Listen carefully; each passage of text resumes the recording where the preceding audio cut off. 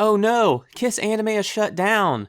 Oh wait, I couldn't care less, because I use HIDIVE. HIDIVE is a legal anime streaming platform and the official sponsor of this video. They have over 500 series, including movies and OVAs, and they are the official streaming service for Sentai Filmworks. You know, that company that worked on some of your favorite anime, such as No Game No Life, Angel Beats, and even Parasite. Now, I highly suggest you try out HIDIVE, but be sure to use the 30-day free trial linked down below. Now, before we get into 5 anime like Attack on Titan, let's see if you can guess what waifu this is. Number 1. Attack on Monster.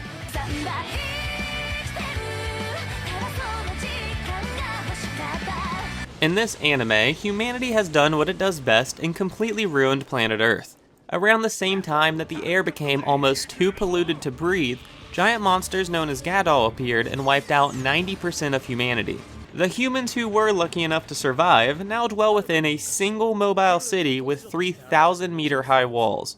The citizens of the city are divided into 2 different categories. There's the warriors who fight against the Gadol, and then everyone else who supports the warriors. Natsume was given the supporting role of repairing the city's walls, but she dreams of becoming a warrior and fighting against the Gadol. Now her boss Kabaneri used to be a warrior, but has long since given up on any dreams that he once had. Though due to a unique situation, Kabaneri begins training Natsume on how to be a proper warrior. Deca-Dence is like Attack on Titan due to the setting and the action. In both anime, humanity lives inside of walls that were built to keep out the giant man-eating monsters. Then in Deca-Dence, the fighters can more or less fly around, which feels awfully similar to the 3D maneuver gear of Attack on Titan. Now at the time of this recording, Deca-Dence is still currently airing, so I can't speak for the overall story, but as of right now, I am definitely enjoying it.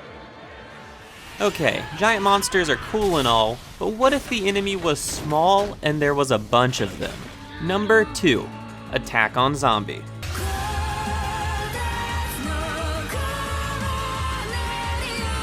Here we have a steampunk-ish type of world that has a serious case of man-eating zombies, and these are not the slow-moving, funny walking kind.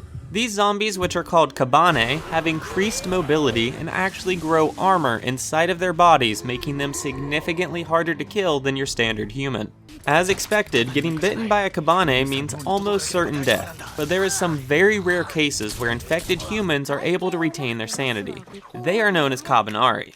In order to combat this apocalypse, humans built giant walled cities in order to keep out the Kabaneri, but these cities are far from impenetrable. This anime begins with one of these cities being attacked and overrun by the Kabaneri.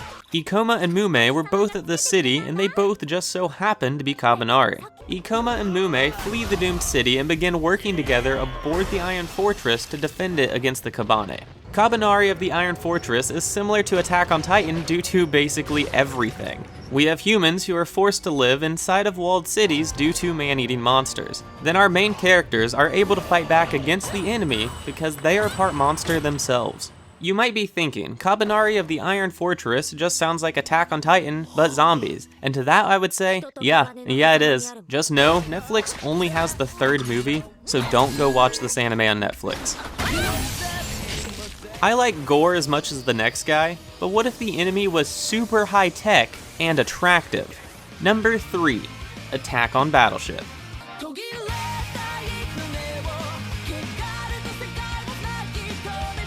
Set in the not-so-distant future, a mysterious, unmanned naval fleet known as the Fleet of Fog has seized control of the world's oceans. The Fleet of Fog consists of basically what you would expect: big boats, big guns, big shields, and cute anime girls. Due to their advanced technology and weapons, the Fleet of Fog has successfully set up a blockade on the world's oceans, completely isolating each and every continent from one another. This anime follows Gunzo Shihoya, a young man who recently graduated from the Marine Technical Academy. His story begins when he stumbles upon the Fog ship I-401, also known as Iona, who has defected from the Fleet of Fog and has chosen none other than Gunzo Shihoya to be her captain. Gunzo recruits some of his former classmates to be his crew just before setting out aboard Iona to begin taking back the oceans from the Fleet of Fog. Arpeggio of Blue Steel is very much like Attack on Titan. In Blue Steel, humanity is trapped on land due to the threat of the Fleet of Fog, which is similar to Attack on Titan's walled city. Then in both anime, humans acquire power equal to their enemies, which gives them a way to fight back.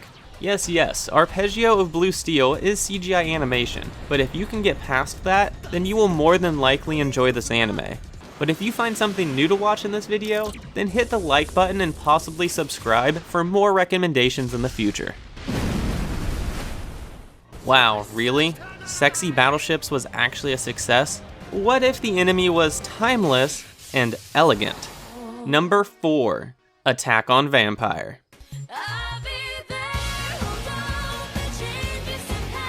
In Japan, vampires have risen to power due to a virus that wiped out 90% of humanity. These arrogant vampires see humans as nothing more than livestock, and they treat them as such. Yuichiro and his family live under the control of the vampires and are forced to donate blood in exchange for their life. Tired of being treated like cattle, Yu along with his family attempt to escape one night, but it doesn't exactly go as planned.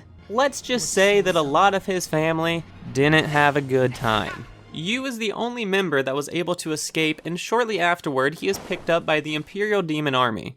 After shrugging off the fact that this somehow just turned into a high school anime, just know that Yu joins an elite squad in the army and begins eradicating the vampire menace. Seraph of the End has a good bit in common with Attack on Titan, and you've probably noticed a pattern by now. We once again have humans who are trapped inside of a wall due to overwhelmingly powerful enemies. Then I don't want to spoil anything, but there is a slight similarity to Eren's Titan powers. I like everything this anime has going for it, except for the main character. Honestly, get rid of Yuichiro and make Shinoa the main character, and I firmly believe this anime would be 10 times better.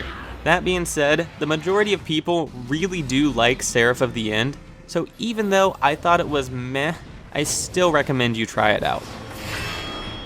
Those were all good ideas, but what if the enemy was something common and terrifying? Number 5, Attack on Bugs.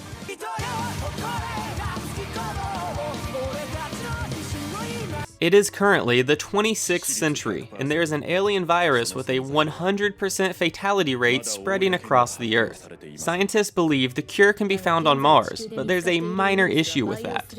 500 years ago, a spacecraft filled with algae and cockroaches were sent to Mars in an attempt to terraform the planet. This was somewhat successful, but had a pretty nasty side effect. It turns out, when given a completely empty planet, cockroaches are able to multiply and evolve very quickly. These super roaches are not as smart as humans, but what they lack in intelligence, they more than make up for with raw strength. This anime follows the 100 genetically enhanced humans who are sent to Mars in search of a cure for the alien virus. Of course, Terraformers is somewhat similar to Attack on Titan. For the first time of the list, the humans are not trapped behind a wall, but they are fighting against monsters. The humans do, however, have special powers similar to the creatures they are fighting against, which is of course similar to Eren in Attack on Titan. Not to mention that both anime don't shy away from showing us a hefty amount of blood and gore. If nothing else, this is just one of those occasions where if you enjoyed one of these anime, then you will probably enjoy the other one. And personally, I'm having a great time watching Terraformers. So, were you able to guess what waifu this is? It's Togame from Katana Gatari.